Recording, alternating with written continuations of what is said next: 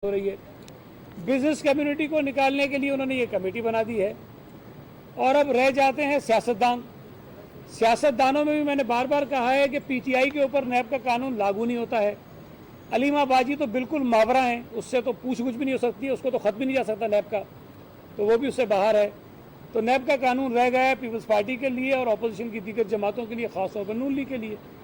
और ये ड्रामा अब सिर्फ रह गया है कि अपोजिशन के ख़िलाफ़ इंतकामी कार्रवाइयाँ किस तरह से की जाएँ, ज़बानें किस तरह से बंद की जाएँ, और उस मकसद के लिए काम हो रहा है। मैंने ये जो प्रेस रिलीज़ पढ़ी, नैब का सेक्शन 33C पढ़ा, उसमें कोई मुताबिकत नहीं है। जो कमेटी बनाई गई है वो गैर कानूनी है, नैब के अपने कानून से मुतसादिम है, और मैं समझता हूँ कि सिर्फ जो बिज़नेस कम्युनिटी है उसको कंट्रोल करने के लिए बनाई गई है। जो बिजनेसमैन हुकूमत की ईमा पर नहीं चलेगा या कभी अगर उसने गलती से हुकूमत की मुआशी पॉलिसियों पर तनकीद कर दी तो उसके खिलाफ कमेटी कहेगी हाँ इसको पकड़ लो, और जो हुकूमत की ईमा पर चलता रहेगा मंशा टाइप आदमी, तो उसको ये कमेटी कहेगी नहीं ये तो बहुत अच्छा आदमी है, इसको ना पूछो, तो नैब उसे नहीं पूछेगा। तो ये एक और हथियार पैदा किया गया है, बनाया गया है कि पाकिस्तान की बिजनेस कम्युनिटी को भी इससे कंट्रोल किया जाए। हम इसको मुस्तरद करते हैं, बजाय इसके कि आप बिजनेस कम्युनिटी को या ब्यूरोक्रेसी को या किसी और तबके को नैब के कानून से बचाकर अपने मकासद के लिए इस्तेमाल चाहें। बेहतर तरीका यह है कि नैब के कानून को दुरुस्त किया जाए या फिर नैब के कानून का दुरुस्त इस्तेमाल किया जाए, मुनसिफाना इस्तेमाल किया जाए, अक्रॉस द बोर्ड इस्तेमाल किया जाए, और अपने सियासी मकासद के लिए इसको इस्तेमाल किया ना जाए। दूसरा, कल परसों आपके कुछ चैनल्स ने फरियाल टालपुर साहिबा के मुतल्लिक़ वो खबर चलाई कि जी उनके जो एसेट्स हैं वो कोई डिक्लेयर नहीं है और वो पीटीआई ने कोई पता नहीं इंकशाफ कर दिया है। मैंने वो आपकी रिपोर्ट भी देखी टीवी पर, जो कागज़ उन्होंने देखा उसको भी देखा, और फरियाल टालपुर साहिबा के जो नॉमिनेशन पेपर फाइल हुए उसको भी देखा। जो इन्होंने 2018 में हम जो हर साल डिक्लेरेशन देते हैं इलेक्शन कमीशन को, मैंने वो भी देखी। तमाम कागजात उनके बिल्कुल दुरुस्त हैं, और ये जितनी भी रिपोर्टिंग हुई है चैनल्स पर ये सरासर गलत हुई है। पीटीआई के लोग तो हैं ही बेवकूफ़ और नालायक, लेकिन आप जो चैनल्स के रिपोर्टर्स हैं आप ज़रा उनकी नालायकी को फॉलो न किया करें और थोड़ा सा समझ लिया करें, पूछ लिया करें, तो शायद जो, क्योंकि वो तो मैंने कहा ना ढीठ हैं, उनको तो शर्म है नहीं, वो तो यू टर्न लेने में माहिर हैं, वो कह देंगे हमने नहीं कहा था।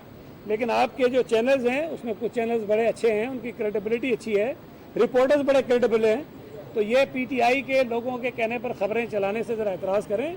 वो आपको बेवकूफ़ बना के गलत खबरें चलवाते हैं। ऐसी कोई चीज़ नहीं है। फरियाल टालपुर साहिबा के तमाम एसेट्स डिक्लेयर्ड हैं और कोई चीज़ खुफिया नहीं है। आप कोई और सवाल करना चाहें वज़ीर आज़म की आमद पर, तो वज़ीर आज़म मैंने इसलिए सवाल पे छोड़ दिया है। जी वज़ीर आज़म आज शहर पे आए हैं जी।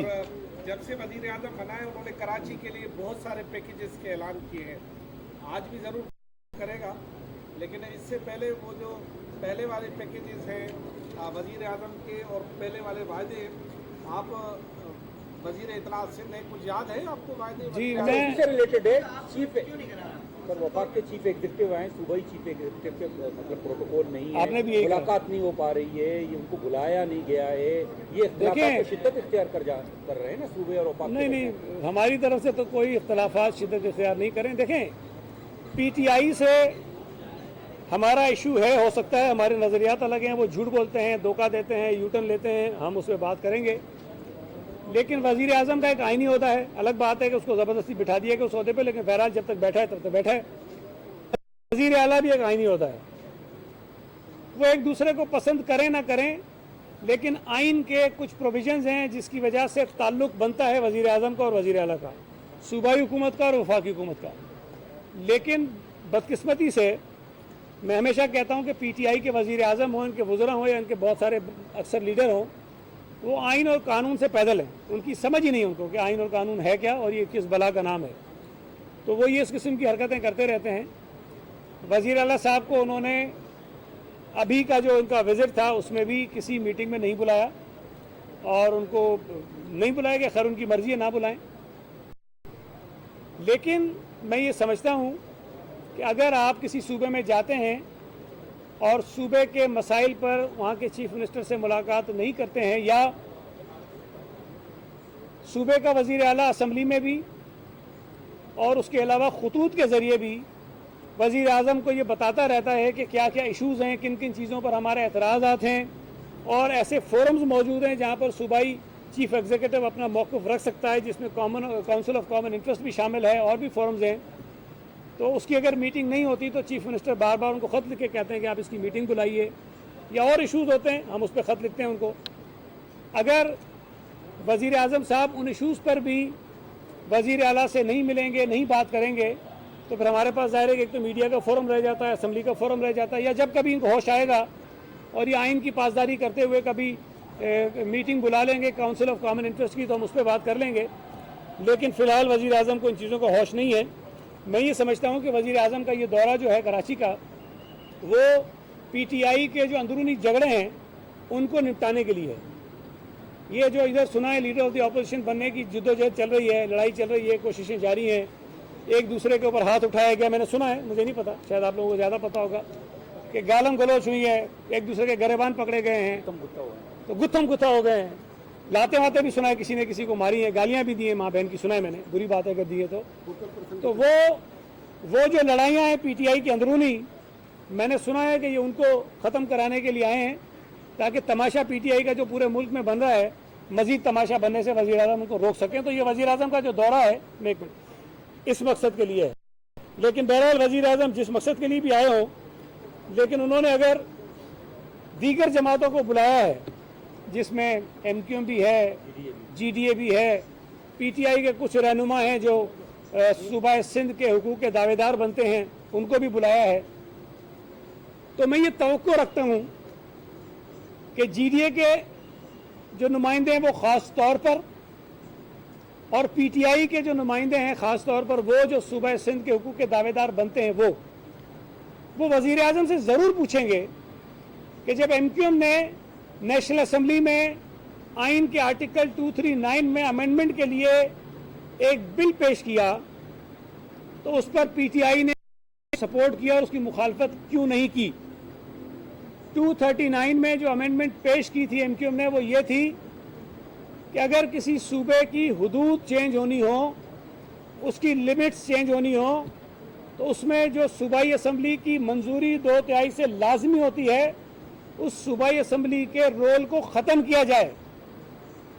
تو مجھے امید ہے کہ جی ڈی اے نے یہ سوال پوچھا ہوگا۔ پھر مجھے امید ہے ایم کیو ایم کے لوگوں سے کہ انہوں نے کراچی کے لیے 162 ارب روپے کا جو اعلان کیا تھا وزیر اعظم نے، انہوں نے ضرور وزیر اعظم سے یہ مطالبہ کیا ہوگا کہ فوری طور پر 162 ارب روپے کراچی کی ڈیولپمنٹ کے لیے آپ ریلیز کریں، اس لیے کہ کراچی کے جو مسائل ہیں وہ صوبائی حکومت اپنے وسائل میں رہتے ہوئے، اپنے وسائل کو استعمال کرتے ہوئے ان سب کو پورا نہیں کر سکتی ہے۔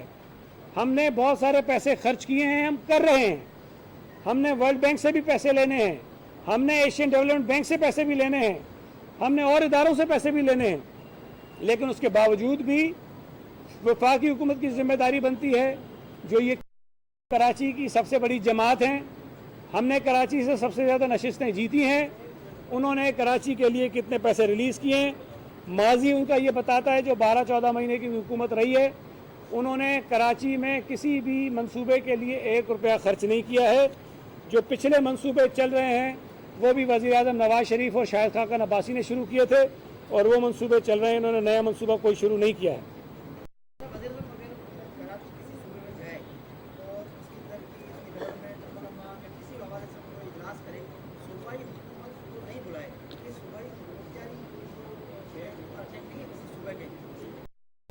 دیکھیں، صوبائی خود مختاری کی جہاں تک بات ہے، صوبائی حکومت کے، صوبوں کے یا اسمبلی کے جو اختیارات آئین میں دیے گئے ہیں، وہ ہم ان سے بھیک میں نہیں مانگیں گے، ہمیں ان کو پروٹیکٹ کرنا آتا ہے، ہم پہلے بھی کیے، ہم آئندہ بھی کریں گے۔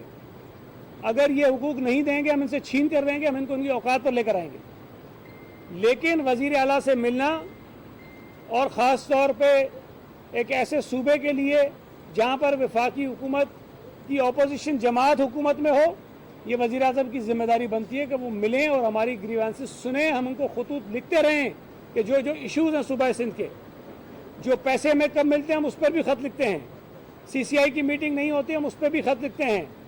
اگر कोई और वजीर आला साहब उस पर तफसील से बात करेंगे। चश्मा झेलम कैनाल पे कोई अगर पावर प्लांट लगाया जाता है तो हमने उस पर भी बात की है। सूबा सिंध के सीरियस इश्यूज हैं, कंसर्न्स हैं, वफाकी हुकूमत की बहुत सारी पॉलिसीज़ पर वज़ीर आज़म को बात करनी चाहिए, लेकिन वो नहीं करते हैं। ना करें, हम अपना इशू रेस करते रहें। पाकिस्तान ने एनओसी जारी की है कि चश्मा झेलम लिंक कैनाल पर पावर प्लांट बनाया जाए। आज अपोजिशन ने एक रेजोल्यूशन जमा कराया है, तो पीपल्स पार्टी सिंध हुकूमत की क्या स्ट्रेटजी है?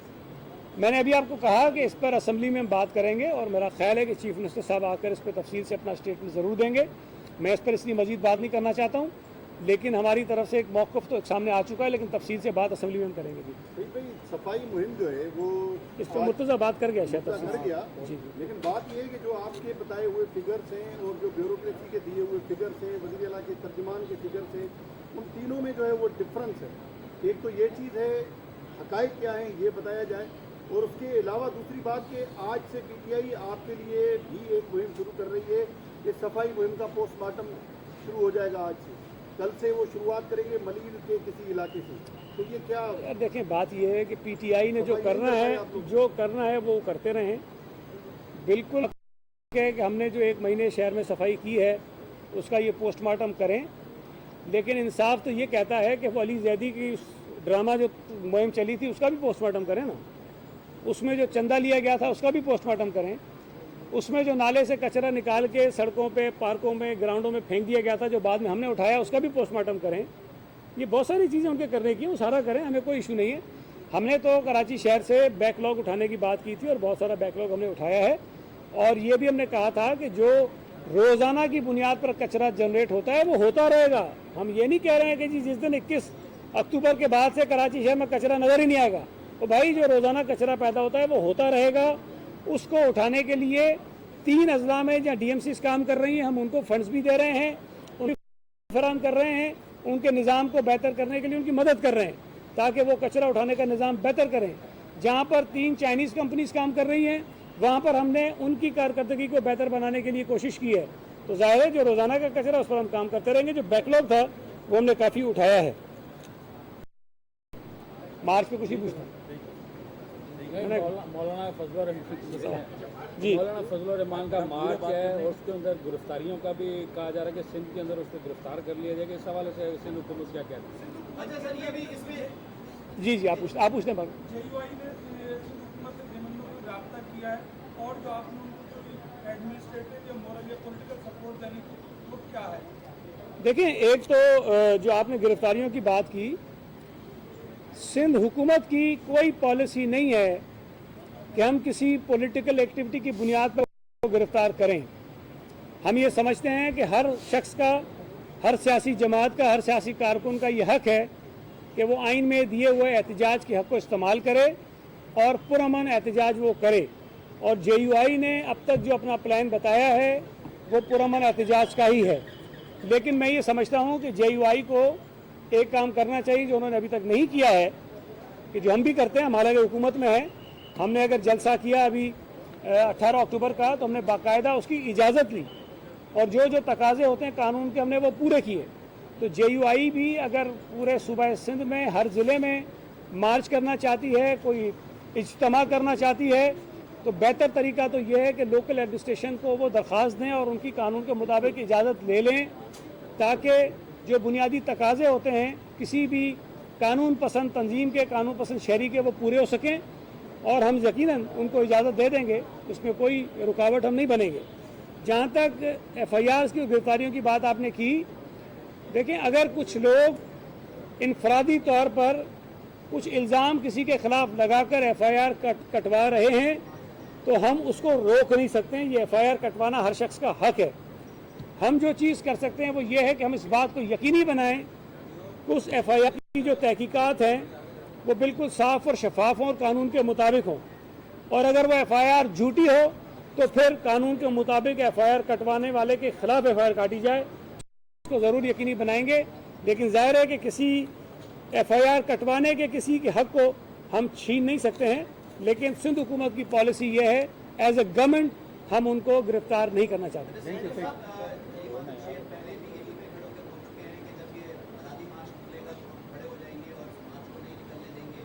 पंजाब में दाखिल नहीं होने देंगे। अब जो है जो राजा अगर सामने एक वीडियो जारी करती है कि वो कराटे सीख रहे हैं, तो ये पीटीआई के अगर ये तसादुम होते तो इस तसादुम से बचने के लिए सिंध हुकूमत की क्या तैयारी है, इस पे आप क्या कहेंगे? देखिए, कानून के मुताबिक दीजिएगा कि जहाँ इन्होंने ये बात की, दूसरी जानब अगर वो इजाज़त नहीं देते कानून के मुताबिक, अगर वो जलसा करते हैं या नहीं करते कानून के मुताबिक, तो उस पर क्या कार्रवाई की जाएगी? देखिए, मैंने अभी कहा कि कानून के तहत इजाज़त देना ज़रूरी है और मुझे उम्मीद है कि JUI के तमाम रहनुमा ये दावा कर रहे हैं कि वो कानून और आइन के मुताबिक अपने एहतजाज के हक़ को इस्तेमाल करना चाहते हैं, तो उसके तकाज़े हैं, उसको पूरा करने में उनको कोई हर्ज नहीं होना चाहिए। जहाँ तक जो बात आपने कही, अगर PTI ये करेगी तो मैं समझता हूँ कि ये बहुत ही बेवकूफ़ी की हरकत होगी, जाहिलपने की हरकत होगी कि एक आदमी, एक जमात अपना पुरअमन एहतजाज का हक़ इस्तेमाल करना चाहती है तो आप उसके रास्ते में गुंडागर्दी से रुकावट डालना चाहते हैं। इसका नुकसान PTI को होगा, उसको नहीं करना चाहिए। और बतौर हुकूमत ये हमारी जिम्मेदारी होगी कि अगर कोई जमात, कोई फ़र्द किसी कानूनी एक्टिविटी को रोकने की कोशिश करेगा, अमन की सूरत हाल ख़राब करने की कोशिश करेगा, तो हम उसके ख़िलाफ़ कार्रवाई कर सकते हैं और ये कानून हमें इजाज़त देता है। तो मैं नहीं समझता कि ये किसी भी तरह का कोई दानिशमंदाना फ़ैसला होगा कि वो उनके रास्ते में गुंडे बन के खड़े हो जाएं, बदमाश बन के खड़े हो जाएं, लाठियाँ लेके खड़े हो जाएं, ताकि हम उनको रोकेंगे। ना वो ये कर सकते हैं, ना उन्हें ये करना चाहिए। Thank you.